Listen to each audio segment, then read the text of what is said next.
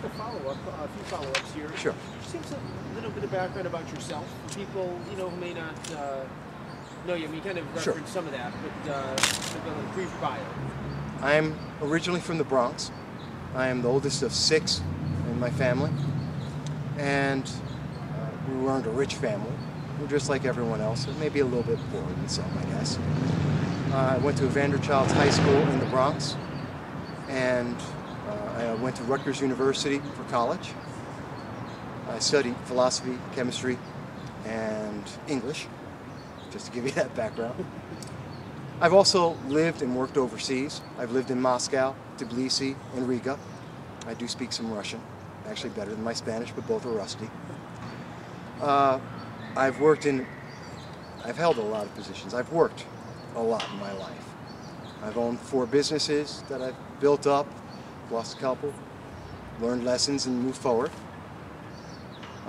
And I currently own MV Consulting Incorporated, which is where I run my blogs and which you can find on the internet. I'm also a former United States Marine, served in the Reserve. I believe that it was one of the greatest things I could do to serve my country, and I did it with some great people. Currently, I work as an insurance agent for auto and home insurance, registered.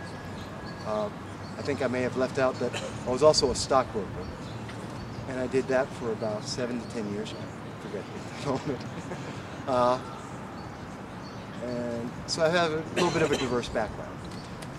Just talk about it's a big decision, just even announcing forming an exploratory committee. You once again referenced some of the concerns or some of the things that you've been observing over the number of years. What were 1 or 2 of the things that actually led to just say, you know what, I am going to do this to see what can come out of this? Well, there's a lot of things that when you look at what's been happening, and if you look over the last couple of decades, you'll see that we've progressively continued to move forward in getting less and less of a response from our elected officials and less of a connection. Right now, many of the constituents in the 22nd District, they don't even know who's running. They didn't know, or rather I should say, who ran in 2012. Many people don't realize that the 22nd District was redistricted. We don't have elected officials who are coming out and speaking to people and letting them know that. We have how much corruption in Congress now? I mean, that's Democrats, that's Republicans, that's conservatives and liberals. We go maybe 3 months before we hear about someone else who's done something that they shouldn't have done and that we all are upset about. And even when we look at the best of our elected officials right now, what are we getting?